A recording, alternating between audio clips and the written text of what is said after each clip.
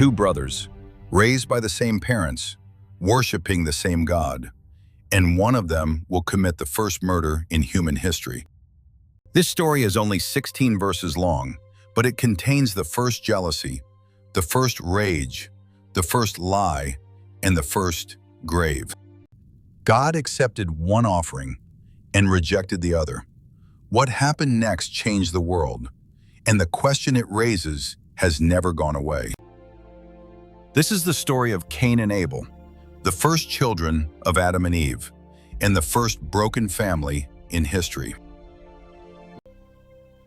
After the fall, Adam and Eve were driven into a broken world, but life continued as it always does.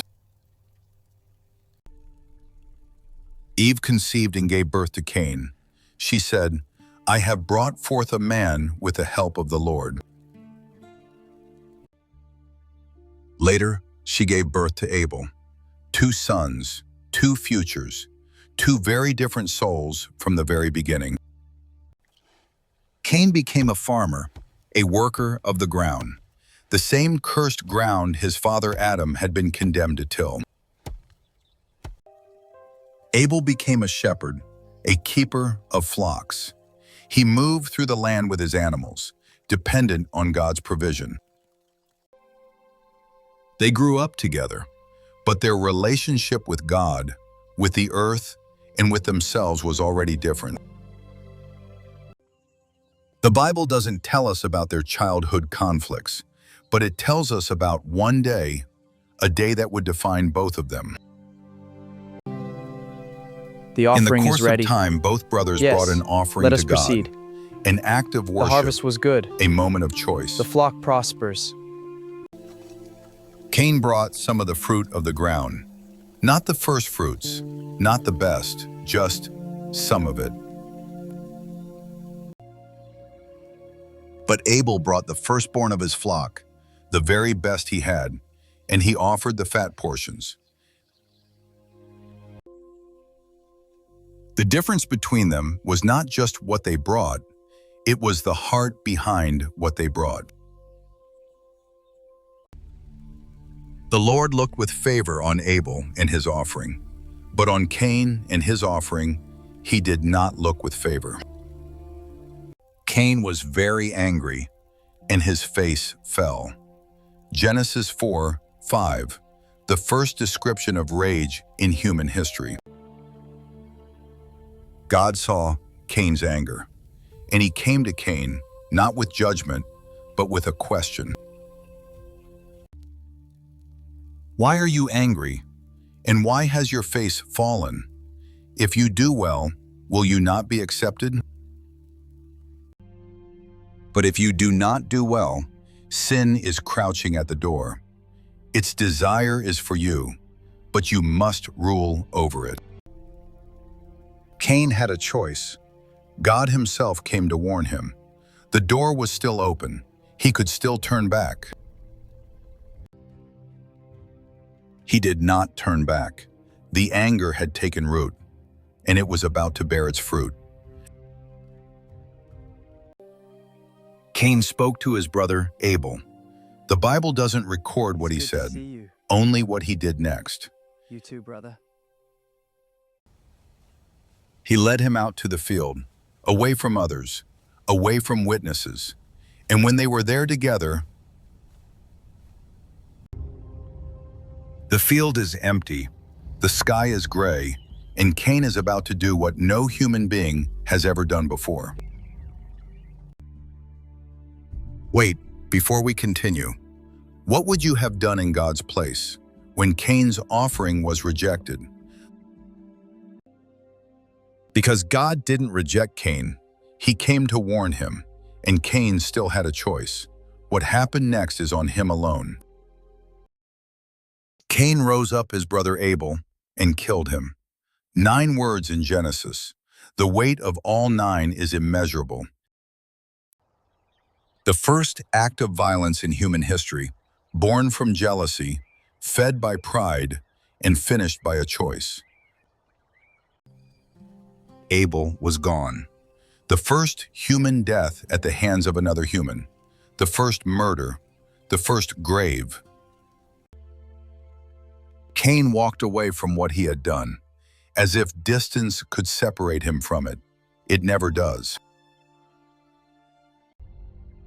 Then the Lord said to Cain, "Where is your brother Abel?" The same kind of question he asked Adam, "Where are you?" Cain said, "I do not know. Am I my brother's keeper?" The first recorded lie in the Bible. Bold, defiant, hollow. God said, "What have you done? Listen, your brother's blood is crying out to me from the ground." The ground, the same ground Cain worked and resented, became the witness against him. The earth heard everything. Now you are cursed from the ground, the very ground that opened its mouth to receive your brother's blood. When you work the ground, it will no longer yield its crops for you. You will be a restless wanderer on the earth. Cain said to the Lord, "My punishment is more than I can bear." He felt the weight, but not yet remorse. Today you are driving me from the land and from your presence. Whoever finds me will kill me. But God said, "Not so. Anyone who kills Cain will suffer vengeance 7 times over. Even for Cain, grace." God put a mark on Cain so that no one who found him would kill him. Grace, even in judgment.